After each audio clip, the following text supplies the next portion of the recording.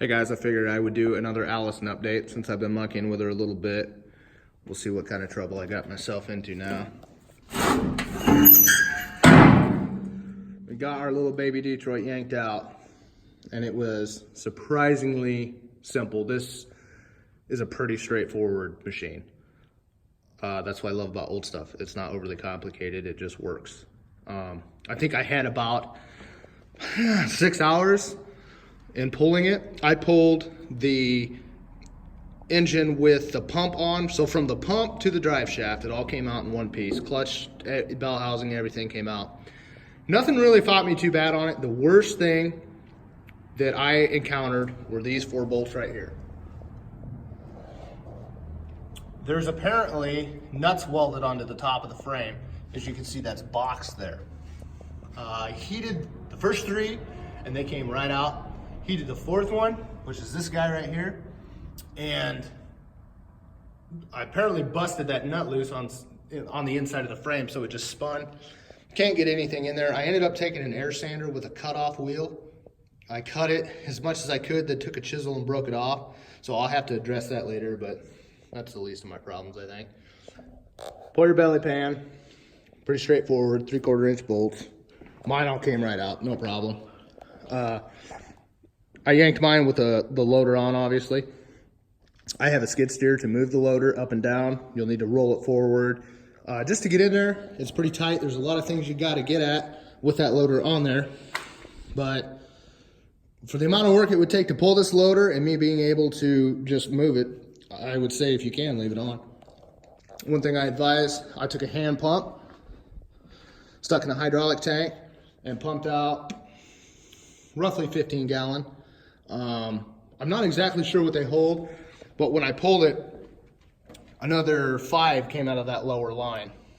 The top line I couldn't get off the pump, so I cut it with a Sawzall. That's no big deal. It was kind of janky anyway, so we'll have a new one made. You're gonna have to get in here, all your linkages, throttle linkages, once you unhook them from the motor, they'll slide back out of the way. To take your clutch linkages loose, I took both mine loose at the levers themselves because it was kind of hard to get at them on the motor and they were kind of froze up. I actually had to heat them a little bit and play with them to get the pins out. I took the battery box off just for ease of getting in there. And also the bottoms of my battery boxes are rusted, so I need to do a little weld work on them. So I'm gonna pull the other one off too. I'm also gonna replace the old cables, cut them out and get new battery cables put in. There's a plate. I've looked at several of these and some have them and some don't, so some people must throw them away, but there's a plate that sits here and that's what your seat sits in. Mine had it, but it's obvious that's the floor. They collect a lot of water, so I went and got a piece of steel and welded it in. Looks pretty good. I gotta do a little grinding on it to make it perfect, but you know what they say, if you're a good welder, you don't need a grinder. So that's why I got 5 or 6 grinders. But I'm just patching as I'm going. We'll go check out the motor in the back. It's kind of a bomb site, so don't get after me too hard.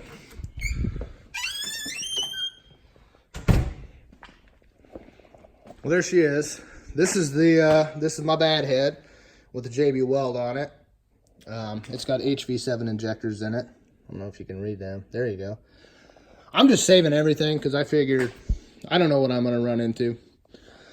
This is the one that had the cracked block as well, and you can see right there. So I'm just stripping parts off it, trying to keep track of everything. This one was actually froze too. It was locked up. We put batteries in it, hit the starter, and you just got a big clunk. It would not turn over. So I started spraying PB Blaster up in there on the pistons and soaking them from the top. And believe it or not, I got it broke loose.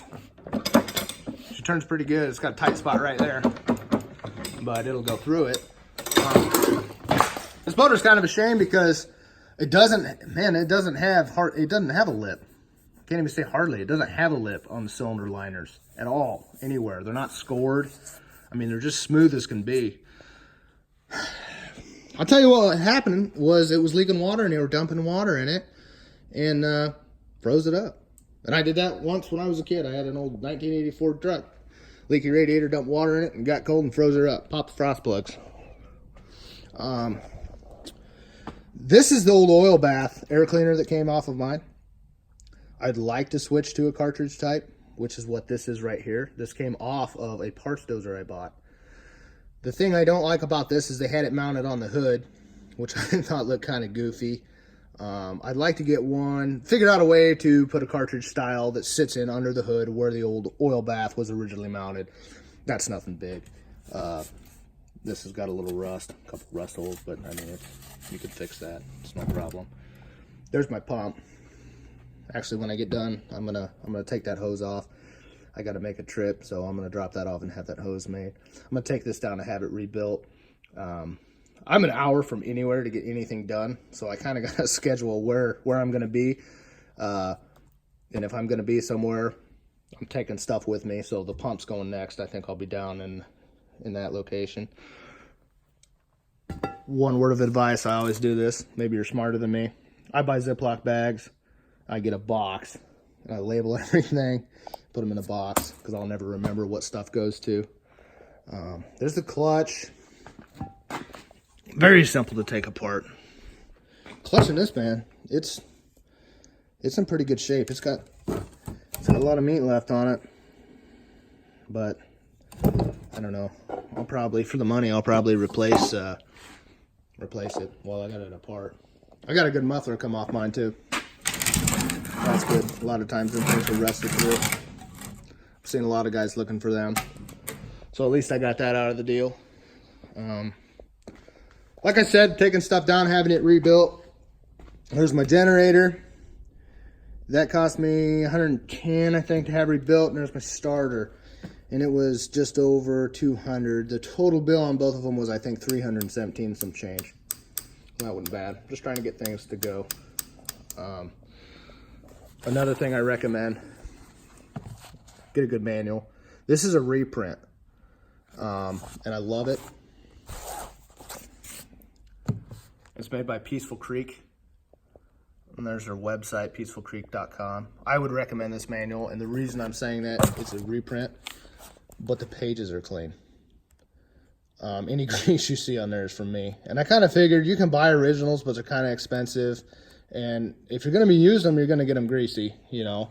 I like this one because I bought reprint manuals before, and generally, sorry, I'm trying to get a page for you. It's like they photocopied, you know, an old greasy book. There's my fingerprint right there. But you can read everything in this, you know. The parts numbers aren't covered in grease, and, you know. So I recommend that. If you're going to buy a manual, I would say go Peaceful Creek. Because if you trash it, throw it away. Get another one. We'll go check out one more thing here.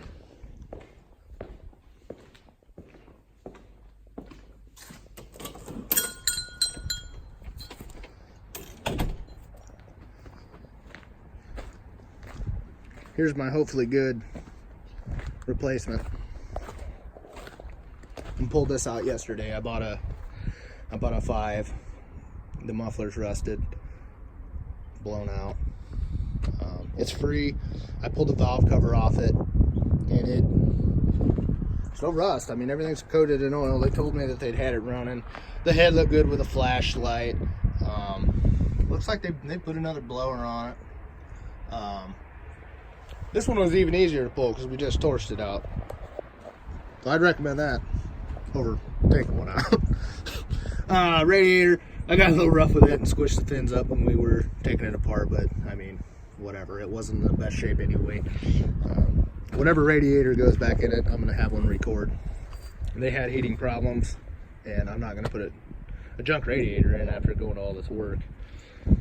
But those are just some extra parts that I threw in. I got to go get the rest of it tomorrow or here sometime.